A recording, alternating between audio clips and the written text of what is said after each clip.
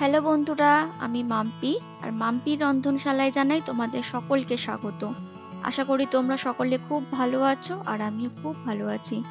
অন্যান্য দিনের মতো আজও একটা ভিন্ন স্বাদের রেসিপি নিয়ে তোমাদের কাছে হাজির হয়েছি। আজ তোমাদের সাথে শেয়ার করব মূলো ছেঁচকি। এই রান্নাটা একদমই সিম্পল, কিন্তু গরম ভাতে খেতে অসাধারণ লাগে। মূলো আমরা অনেকেই অপছন্দ করি, কিন্তু একবার কিন্তু এইভাবে মূলো ছেঁচকি তোমরা বাড়িতে ট্রাই করে দেখতে পারো। একবার খেলে কিন্তু বারবার খেতে ইচ্ছা করবে। আর এটা বানানো এতটাই সোজা, যারা প্রথম রান্না করছো তারাও কিন্তু একদম শিখে ফেলতে পারবে এই ভিডিও থেকে।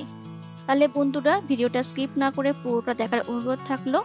তাহলে চলো এই মূলো ছেঁচকি কিভাবে করছি সেটা তোমাদের সাথে আজকে শেয়ার করে ফেলি।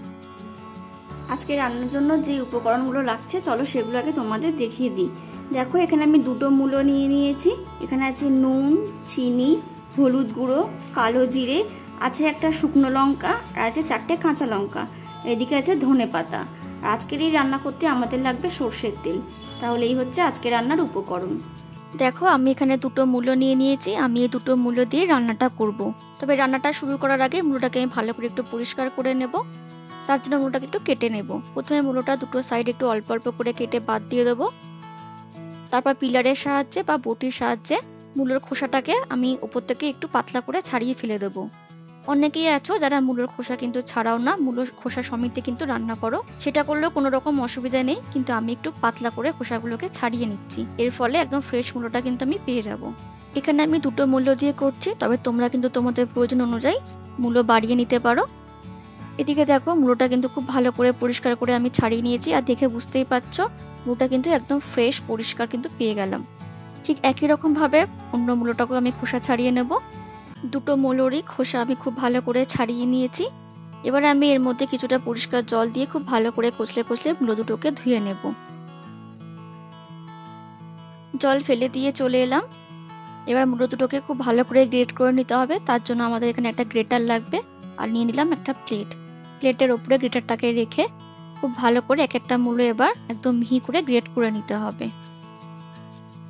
এই রান্নাটা মূলোটা কিন্তু গ্রেট করে করেই করো, তবেই খেতে ভালো লাগবে। মূলোটা যেহেতু একদমই নরম কচি, তাই গ্রেট করতে কিন্তু একদমই কষ্ট হলো না। খুব সহজে কিন্তু এটা একদম গ্রেট হয়ে গেল। আমার একটা মূলো কিন্তু গ্রেট করা হয়ে গেছে। ঠিক একই রকম ভাবে দ্বিতীয় মূলোটাকেও আমি গ্রেট করে নিয়ে ফিরে আসছি।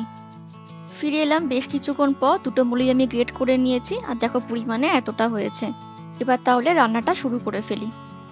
এবার ওভেনের মধ্যে আমি একটা ফ্রাই প্যান বসিয়ে দিয়েছি। আর প্যানটাকে খুব ভালো করে গরম করে নিয়ে এখানে দিয়ে দিলাম সর্ষের তেল। রান্নাটা কিন্তু অবশ্যই সর্ষের তেলে করবে, তাহলে কিন্তু এর স্বাদ বেশি ভালো হয়।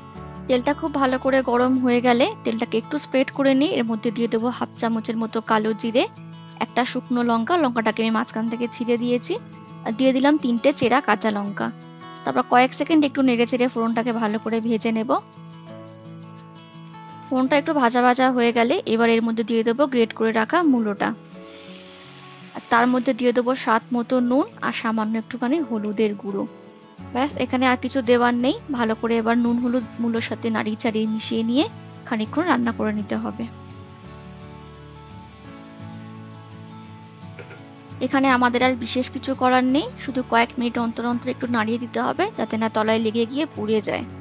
এইভাবে আরো কিছুক্ষণ একটু রান্না করে নেব।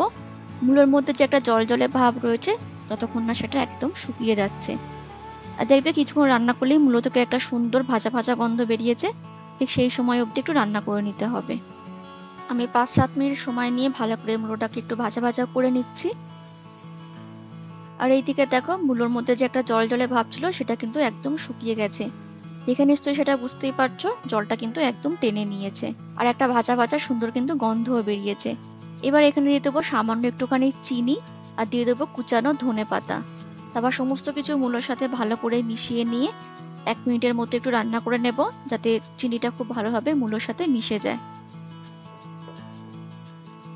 1 মিনিট হয়ে গেছে। আমাদের আজকের মূলো ছেচকি কিন্তু একদম রেডি হয়ে গেছে।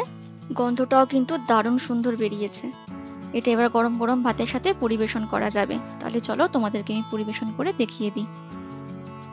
তাহলে বন্ধুরা, আমার আজকের রেসিপি ছিল মূলো ছেচকি, যেটা কিন্তু একদম পরিবেশনের জন্য রেডি।